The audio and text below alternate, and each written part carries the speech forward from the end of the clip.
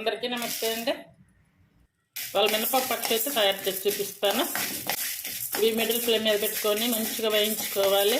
అలాగే చింతపండు, ఈ చింతపండు చూసారు కదా, నిమ్మకాయల సగం భాగం అంతా ఇది తీసుకొని కొంచెం కడిగి నానబెట్టి పెట్టుకోవాలి.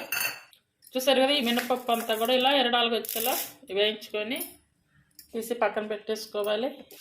అలాగే ఎండుమిర్చి, అలాగే 1 స్పూన్ ధనియాలు వేసుకోవాలి. ఇవి వేయించుకునేటప్పుడు కంప్లీట్గా సిమ్ మీదే పెట్టుకోవాలి. ఆయిల్ వేసుకొని వేయించుకోవాలి. 1 స్పూన్ వరకు జీరా, అలాగే కొంచెం మెంతులు. అప్పుడప్పుడు ఏదైనా హెల్త్ బాగలేనప్పుడు అలా నోటికేమి తినబుద్ధి కానప్పుడు ఇలా ఈ మినపప్పు పచ్చడి చేసుకొని తిని చూడండి, చాలా చాలా బాగుంటుంది. ఇది మినపప్పు ఆరోగ్యానికి కూడా మంచిది. ఇప్పుడు ఇలా వచ్చాయి కదా, ఇప్పుడు స్టవ్ ఆఫ్ వేసుకోవాలి. ఇప్పుడు ఒక మిక్సీ జార్ తీసుకొని ఈ వేయించుకున్న మినపప్పు ఇందులో వేసుకోవాలి.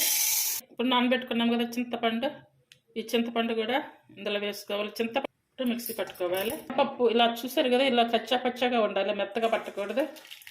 టేస్ట్ సరిపడా సాల్ట్, అలాగే ఒక 5-6 పచ్చి వెల్లుల్లి, ఇవన్నీ వేసుకొని మిక్సీ పట్టుకోవాలి. కొంచెం వాటర్ కూడా వేసుకోవాలి.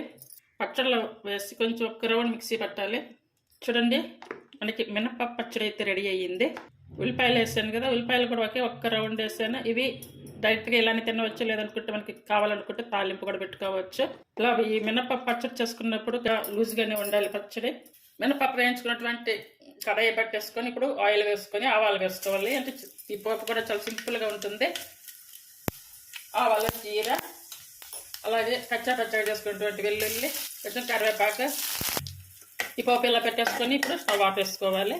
అండి, చాలా సింపుల్గా, చాలా ఈజీగా, చాలా తక్కువ టైంలో చేసుకునేటువంటి మినపప్పు పచ్చడి. ఇది మీకు పచ్చళ్ళు ఇష్టపడే వాళ్ళు ఇలా తయారు చేయండి, చాలా చాలా బాగుంటుంది. మీకు నచ్చినట్టయితే ప్లీజ్ లైక్ చేసి, షేర్ చేసి, సబ్స్క్రైబ్ చేయండి. Thank you for watching.